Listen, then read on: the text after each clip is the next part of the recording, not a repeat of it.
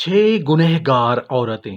جی ہاں، چھ گنہگار عورتیں، چھ ایسی گنہگار عورتیں جو مرنے کے بعد قبر سے سیدھی جہنم جائیں گی۔ تو کیا آپ جاننا چاہتے ہیں کہ وہ چھ عورتیں کون کون سی ہیں جو مرنے کے بعد قبر سے سیدھی جہنم جائیں گی؟ سب سے پہلی عورت یہ ہے۔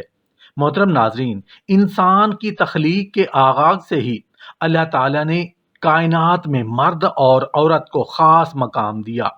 حضرت آدم علیہ السلام کو مٹی سے پیدا کیا گیا اور ان کے جسمانی ادوار نے زمین و آسمان کے نیچے کئی صدیاں طے کی تاکہ انسان کی روحانی اور جسمانی ترتیب مکمل ہو، مگر عورت کو اس مرحلے سے گزارا نہیں گیا تاکہ اس کی حیا اور نزاکت کی حفاظت ہو۔ اللہ تعالیٰ کے حکم سے حضرت آدم علیہ السلام کی پسلی سے حضرت اماں حوا علیہ السلام کو پیدا کیا گیا، جو نہ صرف نزاکت و شرافت کی علامت تھیں بلکہ حیا اور پاکیزگی کی مثال بھی تھیں۔ اس کے بعد اللہ تعالیٰ نے بے شمار عورتیں پیدا کی، کچھ عورتیں ماں کے روپ میں، کچھ بہن کے روپ میں، کچھ بیٹی کے روپ میں۔ یہ سب اللہ کی پیاری، محبوب اور چنی ہوئی مخلوق ہیں جو انسان کی زندگی میں روشنی، محبت اور رحمت کا سبب بنتی ہیں۔ مگر کچھ عورتیں ایسی بھی ہوتی ہیں جو زندگی کے امتحانات، فطرت اور حالات کی پیچیدگیوں کے باعث اس حیا اور پاکیزگی کو برقرار نہیں رکھ پاتی۔ اس لیے ان عورتوں کو مرنے کے بعد قبر سے سیدھا جہنم میں پھینکا جائے گا۔ محترم ناظرین، ہم اچھے سے جانتے ہیں کہ نبی کریم صلی اللہ علیہ وآلہ وسلم کی ذات اقدس سراپا رحمت، شفقت اور امت کے لیے بے مثال خیر خواہی کا مظہر ہے۔ آپ صلی اللہ علیہ وآلہ وسلم کی زندگی کا ہر پہلو اس بات کی گواہی دیتا ہے کہ آپ کو اپنی امت سے کس قدر گہری محبت تھی۔ اسی رحمت اور درد امت کا ایک نہایت مؤثر اور عبرتناک منظر اس حدیث میں سامنے آتا ہے جسے حافظ شمس الدین رحمۃ اللہ علیہ نے اپنی مشہور تصنیف میں نقل فرمایا ہے۔ اس حدیث کا پس منظر وہ موقع ہے جب حضرت علی رضی اللہ تعالی عنہ نے اور حضرت فاطمہ رضی اللہ تعالی عنہ ایک دن نبی کریم صلی اللہ علیہ وآلہ وسلم کی خدمت میں حاضر ہوئے۔ حضرت علی رضی اللہ تعالی عنہ بیان فرماتے ہیں کہ جب ہم گھر میں داخل ہوئے تو دیکھا کہ نبی کریم صلی اللہ علیہ وآلہ وسلم پر گریہ طاری ہے، آنکھوں سے آنسو بہ رہی ہیں اور چہرہ مبارک پر گہرا رنج و الم نمایاں ہے۔ یہ کیفیت دیکھ کر حضرت علی رضی اللہ تعالی عنہ کا دل بے چین ہو گیا اور ادب کے ساتھ عرض کیا، یا رسول اللہ صلی اللہ علیہ وآلہ وسلم، میرے ماں باپ آپ پر قربان ہوں، آپ کو کس چیز نے اس قدر رلا دیا ہے؟ اس سوال کے جواب میں نبی کریم صلی اللہ علیہ وآلہ وسلم نے جو بات ارشاد فرمائی وہ قیامت تک کے لیے امت کے لیے نصیحت اور تنبیہ بن گئی۔ آپ صلی اللہ علیہ وآلہ وسلم نے فرمایا کہ معراج کی رات میں نے اپنی امت کی عورتوں کو جہنم میں مختلف اور نہایت ہولناک عذابوں میں مبتلا دیکھا۔ ان مناظر کی شدت، دردناکی اور خوفناکی ایسی تھی کہ انہیں یاد کر کے میرا دل بھر آیا اور آنکھوں سے آنسو جاری ہو گئے۔ محترم ناظرین، یہ رونا کسی ذاتی غم کا اظہار نہیں تھا بلکہ امت کے حال پر بے پناہ شفقت، درد اور فکر کا نتیجہ تھا۔ جس طرح ایک نہایت شفیق ماں اپنی اولاد کو تکلیف میں دیکھ کر بے اختیار رو پڑتی ہے، اسی طرح بلکہ اس سے بھی کہیں بڑھ کر نبی کریم صلی اللہ علیہ وآلہ وسلم کو اپنی امت کی عورتوں پر آنے والے عذاب کا خیال رلا رہا تھا۔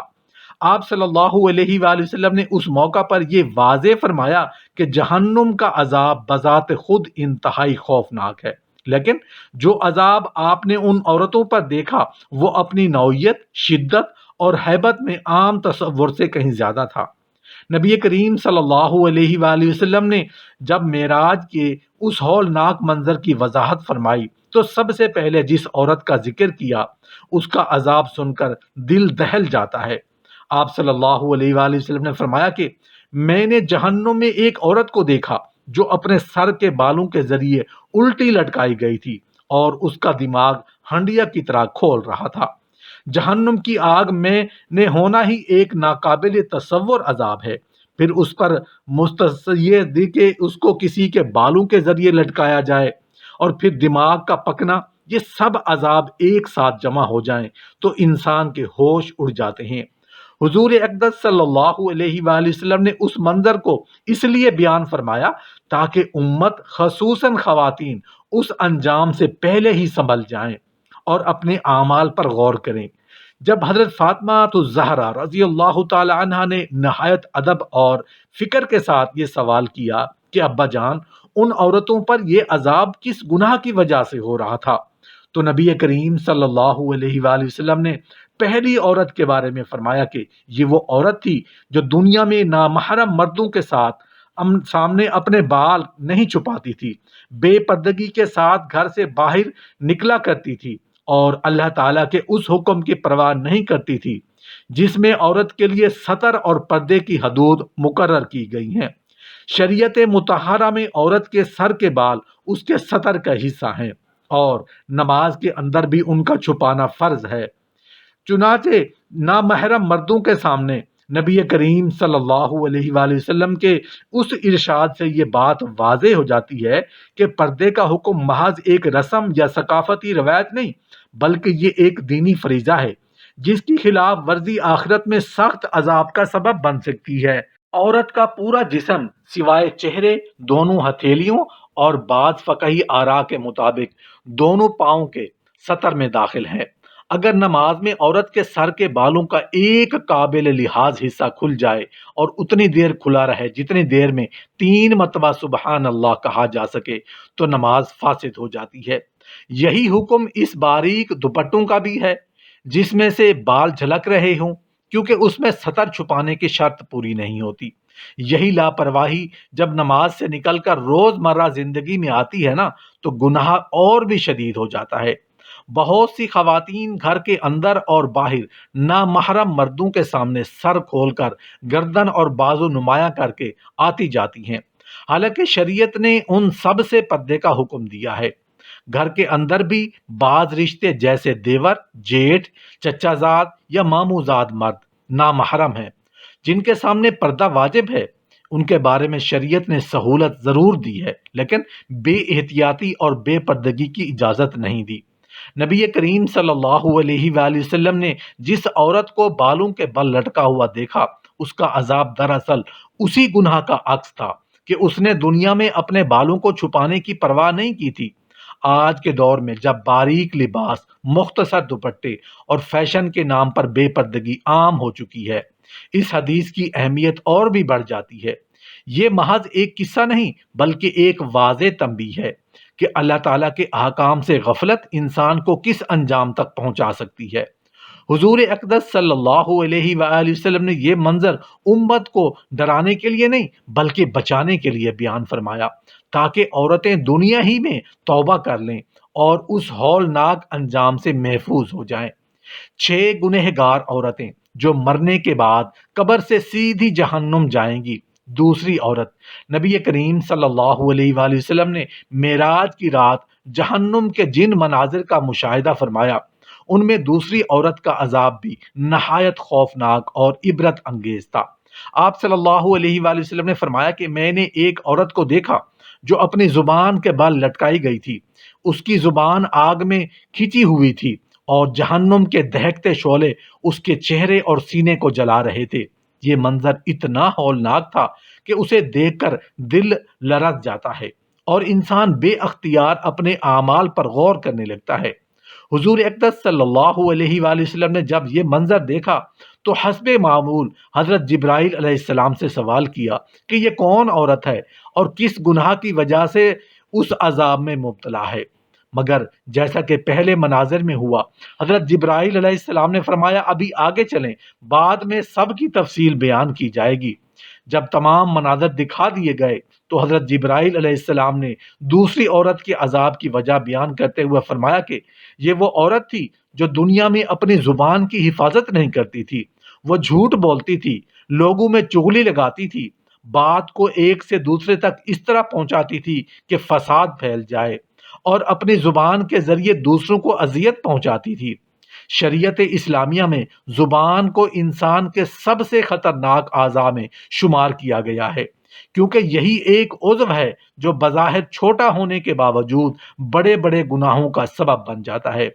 نبی کریم صلی اللہ علیہ وآلہ وسلم نے فرمایا کہ انسان کو جہنم میں اوندھے منہ گرانے والی چیز زیادہ تر اس کی زبان ہی ہوتی ہے۔ اس عورت کا زبان کے بل لٹکایا جانا دراصل اسی گناہ کی علامت تھا کہ اس نے دنیا میں اپنی زبان کو بے لگام چھوڑ دیا تھا۔ وہ شوہر کے خلاف باتیں بناتی، سسرال میں فساد پیدا کرتی، پڑوسیوں کے عیوب بیان کرتی اور محض وقتی لطف یا اپنی برتری کے احساس کے لیے دوسروں کی عزت کو پامال کرتی تھی۔ بعض روایات کے مطابق وہ عورت جھوٹی قسمیں کھانے اور بلا ضرورت شکایتیں کرنے کی بھی عادی تھی، جس سے نہ صرف گھریلو سکون برباد ہوتا بلکہ معاشرے میں بد اعتمادی اور نفرت بھی پھیلتی تھی۔ اسلام نے عورت اور مرد دونوں کو زبان کی حفاظت کا یکساں حکم دیا ہے، لیکن چونکہ عورتوں کی مجالس میں باہمی گفتگو زیادہ ہوتی ہے، اس لیے اس پہلو سے خاص طور پر تنبیہ فرمائی گئی ہے کہ غیبت، بہتان اور چغلی ایسے گناہ ہیں جو بظاہر معمولی محسوس ہوتے ہیں، مگر ان کا انجام آخرت میں انتہائی سنگین ہے۔ قرآن مجید میں غیبت کو مردہ بھائی کا گوشت کھانے کے مترادف قرار دیا گیا ہے، اور نبی کریم صلی اللہ علیہ وآلہ وسلم نے چغل خور کو جنت میں داخل نہ ہونے کی وعید سنائی ہے۔ اس عورت کا عذاب انہی وعیدوں کی عملی تصویر تھا۔ آج کے دور میں زبان کے ساتھ ساتھ تحریر اور پیغام رسانی کے ذریعے بھی اسی حکم میں داخل ہو چکے ہیں۔ فون، سوشل میڈیا اور میسیجنگ ایپس کے ذریعے جھوٹ بات پھیلانا، کسی کی کردار کشی کرنا یا بلا تحقیق بات آگے بڑھا دینا بھی اسی گناہ کی جدید شکل ہے۔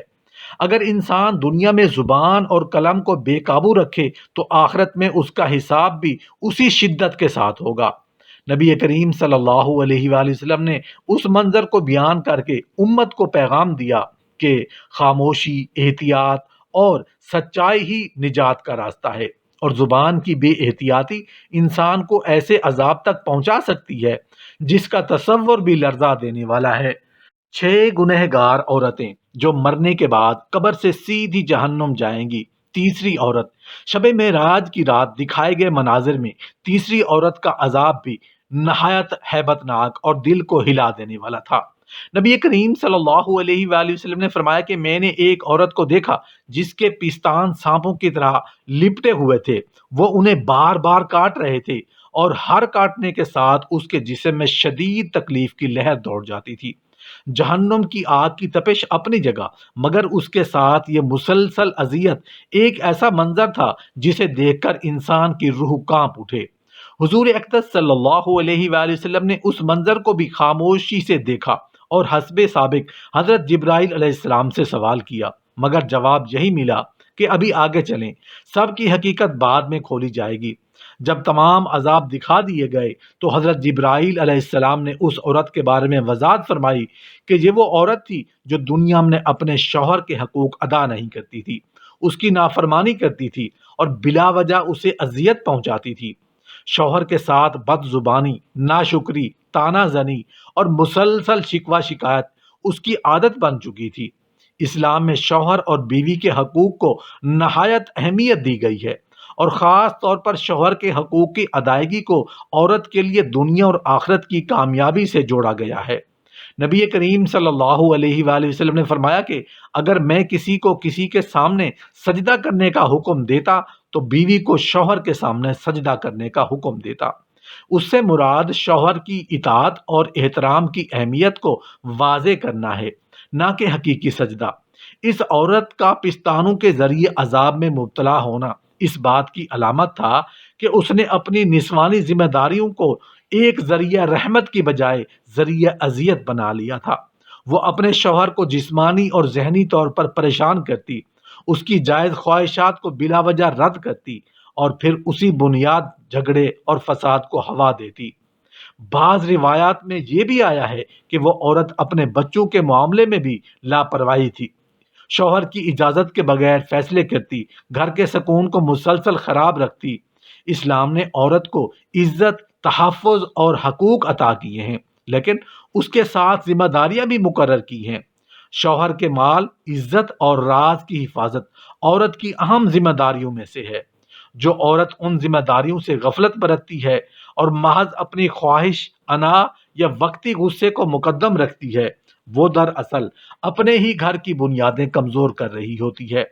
نبی کریم صلی اللہ علیہ وآلہ وسلم نے فرمایا کہ دنیا عورت کے لیے بہترین متاع ہے، لیکن سب سے بہترین متاع نیک بیوی ہے، اور نیکی کا تقاضا یہی ہے کہ وہ اپنے شوہر کے لیے سکون کا ذریعہ بنے، نہ کہ مسلسل آزمائش۔ آج کے دور میں جب گھریلو معاملات عدم برداشت، ضد اور انا کی وجہ سے تیزی سے ٹوٹ رہا ہے، اس حدیث کی تنبیہ اور بھی زیادہ اہم ہو جاتی ہے۔ سوشل میڈیا، غلط مشورے اور غیر ضروری موازنہ نہ عورت کے دل میں بے اطمینانی پیدا کرتا ہے، جس کا نتیجہ شوہر سے بدگمانی، نافرمانی کی صورت میں نکلتا ہے۔ اس عورت کا عذاب دراصل اس بات کا اعلان تھا کہ جو رشتہ دنیا میں رحمت بن سکتا تھا، اگر اسے اذیت کا ذریعہ بنا دیا جائے تو آخرت میں اس کا حساب بھی نہایت سخت ہوگا۔ نبی کریم صلی اللہ علیہ وآلہ وسلم نے یہ منظر امت کو اس لیے دکھایا اور بیان فرمایا تاکہ عورتیں اپنے گھر کو جنت کا نمونہ بنائیں، نہ کہ اپنے اعمال سے اپنے لیے عذاب کا سامان تیار کریں۔ یہ گنہگار عورتیں جو مرنے کے بعد قبر سے سیدھی جہنم جائیں گی۔ چوتھی عورت، شب معراج کی رات دکھائے گئے مناظر میں چوتھی عورت کا عذاب بھی اپنی نوعیت میں نہایت سخت اور عبرتناک تھا۔ نبی کریم صلی اللہ علیہ وآلہ وسلم نے فرمایا کہ میں نے ایک عورت کو دیکھا جس کے ہاتھ اور پاؤں بندھے ہوئے تھے اور اس پر جہنم کی آگ کے بچھو اور سانپ چھوڑے جا رہے تھے جو بار بار اسے ڈس رہے تھے۔ ہر ڈسنے کے ساتھ اس کے جسم میں ایسی تکلیف پھیلتی کہ وہ چیخ اٹھتی، مگر نہ تو اس کی چیخ سنی جاتی، نہ ہی اسی عذاب میں کوئی وقفہ آتا۔ یہ منظر اس بات کی واضح علامت تھا کہ بعض گناہ ایسے ہوتے ہیں جن کا انجام مسلسل اور طویل عذاب کی صورت میں ظاہر ہوتا ہے۔ جب بعد میں حضرت جبرائیل علیہ السلام نے اس عورت کے بارے میں وضاحت فرمائی تو بتایا کہ یہ وہ عورت تھی جو دنیا میں طہارت اور نماز کے معاملے میں انتہائی لاپرواہ تھی۔ وہ نماز کو ہلکا سمجھتی، کبھی وقت پر ادا نہ کرتی اور کبھی بالکل چھوڑ دیتی۔ اس کے علاوہ وہ پاکی اور ناپاکی کے احکام کا خیال نہیں رکھتی تھی، پیشاب کے چینٹوں سے نہیں بچتی تھی، اور حیض و نفاس کے مسائل میں شریعت کی ہدایات کو نظر انداز کرتی تھی۔ حالانکہ نماز دین کا ستون ہے اور طہارت اس کی بنیاد، اور جس عبادت کی بنیاد ہی کمزور ہو وہ اللہ تعالیٰ کے ہاں کیسے قبول ہو سکتی ہے؟ اسلام نے طہارت کو نصف ایمان قرار دیا ہے، کیونکہ جسمانی پاکیزگی کے بغیر روحانی پاکیزگی کا تصور ممکن نہیں۔ اس عورت نے دنیا میں ظاہری صفائی یا سہولت کو ترجیح دی، مگر شریعت کے مقررہ کردہ اصولوں کی پرواہ نہ کی۔ وہ سمجھتی تھی کہ یہ معمولی باتیں ہیں، یا یہ کہ اللہ تعالیٰ غفور الرحیم ہے، مگر اس نے یہ نہیں سوچا کہ اللہ تعالیٰ عادل بھی ہے اور اس کے احکام کو جان بوجھ کر چھوڑ دینا سنگین جرم ہے۔ اس کی لاپرواہی کا نتیجہ یہ نکلا کہ آخرت میں اسے ایسے عذاب میں مبتلا کیا گیا جس میں سکون کا کوئی لمحہ نہیں تھا۔ ہاتھ اور پاؤں کا بندھا ہونا اس بات کی علامت تھا کہ دنیا میں اس عورت نے اپنے اعضاء کو عبادت میں استعمال نہیں کیا۔ جن ہاتھوں سے وضو اور نماز ادا ہونی تھی وہ دنیا کے کاموں میں مشغول رہے، اور جن پاؤں سے مسجد کی طرف جانا تھا وہ غفلت کی راہوں پر چلتے رہے۔ بچھو اور سانپ کا عذاب اسی اذیت کی تصویر تھا جو اس کی غفلت نے اس کے نامہ اعمال میں بھر دی تھی۔ نبی کریم صلی اللہ علیہ وآلہ وسلم نے فرمایا کہ نماز قیامت کے دن سب سے پہلے پوچھی جائے گی، اگر یہ درست ہو گئی تو باقی اعمال بھی درست ہو جائیں گے، اور اگر یہی خراب ہو گئی تو پھر نجات کی امید کم ہو جاتی ہے۔ 6 گنہگار عورتیں جو مرنے کے بعد قبر سے سیدھی جہنم جائیں گی۔ پانچویں عورت، شب معراج کی رات کے ہولناک مناظر میں پانچویں عورت کا عذاب ایسا تھا جسے دیکھ کر نبی کریم صلی اللہ علیہ وآلہ وسلم کی امت پر شفقت اور بھی بڑھ گئی۔ حضور اقدس صلی اللہ علیہ وآلہ وسلم نے فرمایا کہ میں نے جہنم میں ایک عورت کو دیکھا جو ایک دہکتے ہوئے تندور کے اندر قید تھی۔ جب آگ کے شعلے بھڑکتے وہ اوپر آ جاتی، اور جب شعلے نیچے ہوتے تو وہ دوبارہ اس تندور کی گہرائی میں گر جاتی۔ آگ کی تپش دھواں، چیخو پکار اور بے بسی کا یہ منظر اس قدر ہولناک تھا کہ انسانی عقل اس کی شدت کا پورا تصور بھی نہیں کر سکتی۔ یہ کوئی لمحاتی عذاب نہیں تھا، بلکہ ایک مسلسل اور دہرانے والا عذاب تھا، جس میں نہ موت تھی اور نہ ہی آرام کا لمحہ۔ جب بعد میں حضرت جبرائیل علیہ السلام نے اس عورت کے بارے میں وضاحت فرمائی تو بتایا کہ یہ وہ عورت تھی جو دنیا میں زنا اور بدکاری جیسے سنگین گناہ میں مبتلا تھی۔ اس نے اپنی عصمت اور حیا کی حفاظت نہیں کی، حرام تعلقات کو معمولی سمجھا، وقتی لذت کو ہمیشہ کی ہلاکت پر ترجیح دی۔ اسلام میں زنا کو کبیرہ گناہوں میں شمار کیا گیا ہے اور اس کے قریب جانے سے بھی سختی سے منع کیا گیا ہے، کیونکہ یہ گناہ صرف ایک فرد کو نہیں بلکہ پورے خاندان اور معاشرے کو تباہ کر دیتا ہے۔ اس عورت کا تندور میں جلایا جانا اس حقیقت کی علامت تھا کہ جس نے دنیا میں اپنی خواہشات کی آگ کو بے لگام چھوڑ دیا، آخرت میں وہی آگ اس کے لیے عذاب بن گئی۔ زنا محض ایک ذاتی گناہ نہیں بلکہ بے حیائی، بے وفائی، نسب کے اختلاط اور اعتماد کے خاتمے کا ذریعہ بنتا ہے۔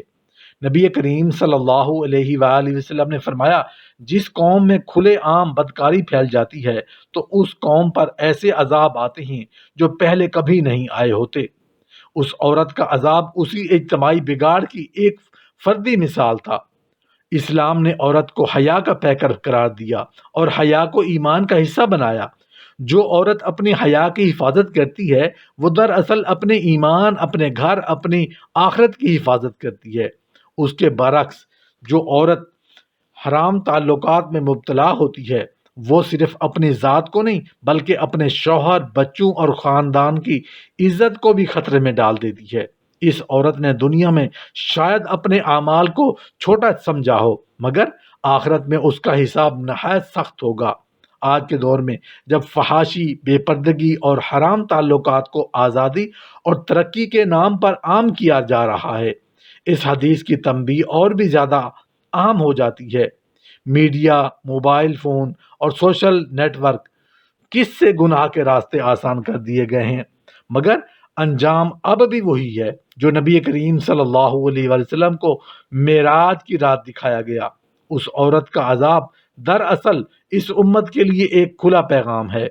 جو راستہ بظاہر خوشنما لگتا ہے وہ آخرت میں کس قدر ہولناک ثابت ہوتا ہے۔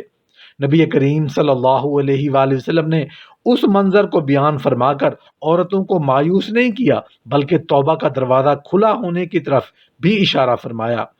جب تک انسان دنیا میں ہے لوٹ آنے کا موقع موجود ہوتا ہے، اور اگر کوئی عورت اپنے گناہوں سے سچی توبہ نہ کرے، اپنی زندگی کو پاکیزگی اور حیا کے اصولوں قائم نہ کر لے، اللہ تعالیٰ اس کے پچھلے تمام گناہوں کو معاف کر دیتا ہے۔